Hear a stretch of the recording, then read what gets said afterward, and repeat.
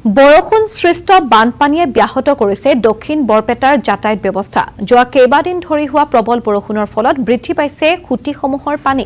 চেঙা সমষ্টিৰ আলুপট্টি মাজৰচৰ বজাৰৰ পৰা নগৰবেৰা সংযোগী পথত পানীত ডুব গৈছে পথছোৱাত থকা বাঁহৰ দলং। ব্যাহত হৈ পৰিছে যাতায়াত সেৱা। আমি সেই দৃশ্যাংশ দেখুৱাইছো। বৰষুণ সৃষ্ট বানপানীয়ে ব্যাহত কৰিছে দক্ষিণ বৰপেটাৰ যাতায়াতৰ ব্যৱস্থা। বিগত কেইবাদিন ধৰি হোৱা প্ৰবল বৰষুণৰ ফলত বৃদ্ধি পাইছে খুঁটিসমূহৰ পানী।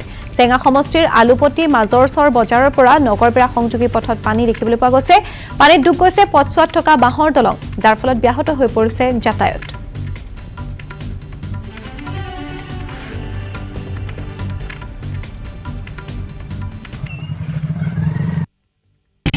অসুবিধা মানে এই যিটো বান আহিছে, প্ৰথম যিটো পানী আহিছে এইবাৰ, এই পানীত মানে আমাৰ অঞ্চলৰ মানুহ চব্জি লৈ অহাটো বা পাৰ হৈ গুৱাহাটী যোৱাৰ কাৰণে বহুতো কষ্ট হৈছে। মানে দলংখন ভাঙো অৱস্থা হৈ গৈছে। তাৰ মাজেদি আমি আহিলোঁ, পিলপিলিবিলাক তথাপিও ঠেলি লৈ আহিল। গতিকে আমাৰ এই চৰকাৰৰ প্ৰতি এটা আশা, এইবাৰ নতুন চৰকাৰ হ'ব, নতুন চৰকাৰে যাতে আমাক এই নগৰবেৰা পাৰঘাটৰ দলংটো কৰি দিয়ে, তাৰ কাৰণে আমি ৰাইজৰ ফালৰ পৰা অনুৰোধ জনাইছোঁ। আগতে ডাইৰেক্ট গাড়ী গৈছে গুৱাহাটী যাব নোৱাৰে।